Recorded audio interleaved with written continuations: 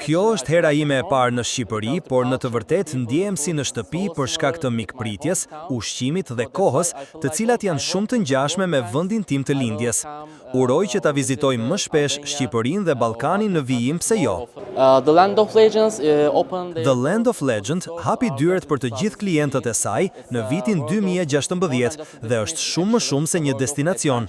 Është një botë e tërë argëtimi, shopping, gastronomi dhe adrenaline. Të gjithë në fakt mendoj se The Land of Legend është një vend vetëm për fëmijët, por është krejtësisht e gabuar. The Land of Legend është për të gjithë ata nga mosha 7 deri në 77 vjeç, të cilët mendojnë se mund ta përpallojnë adrenalinën dhe qejfin që ofron ky vend. Tani ne ofrojmë est koncepte në emrin e brendit ton. Kemi zonën më të madhe të lojrave dhe dhoma me koncept dedikuar fëmijëve, ku mund të përmend dhomën e princit apo atë të princeshës në hotelin ton The Kingdom, duke ofruar kështu pushime magjike dhe emocionuese.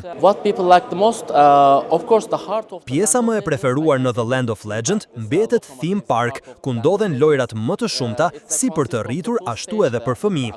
Një miks mes pishinave, Aqualand dhe Adventureland, të cilat konsiderohen ndryshe dhe si zemra e The Land of Legend.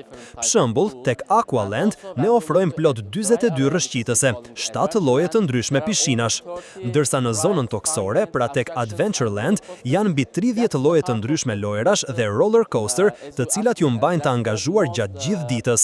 Ndërsa në zonën e Nicoleden Park, kemi mbi 13 lloje të ndryshme lojrash dhe ka një moto që i përmbledh të gjitha. Në Land of Legend, të gjithë ndjehen fëmijë. Land of Legend qëndron i hapur në 12 muaj të vitit, përveç Aqualand, i cili hapet më 1 prill dhe mbyllet në fund të tetorit, ndërsa gjithë pjesa tjetër e argëtimit vijon të qëndrojë e hapur për mysafirët tan. Edhe për ata që nuk zgjedhin të qëndrojnë tek ndonjë nga hotelet tona, The Theme Park mund të aksesohet me një bilet 1 ditore dhe të shijojë të gjithë adrenalinën e këtij vendi. Pritshmëritë për këtë sezon janë shumë të larta, sidomos nga Shqipëria, Kosova, Bosnia dhe Ballkani në tërësi. Kjo edhe për shkak se Ballkani, njëjtë si në Ballkan, kanë dëshirë të argëtohen, festojnë dhe bëjnë qejf.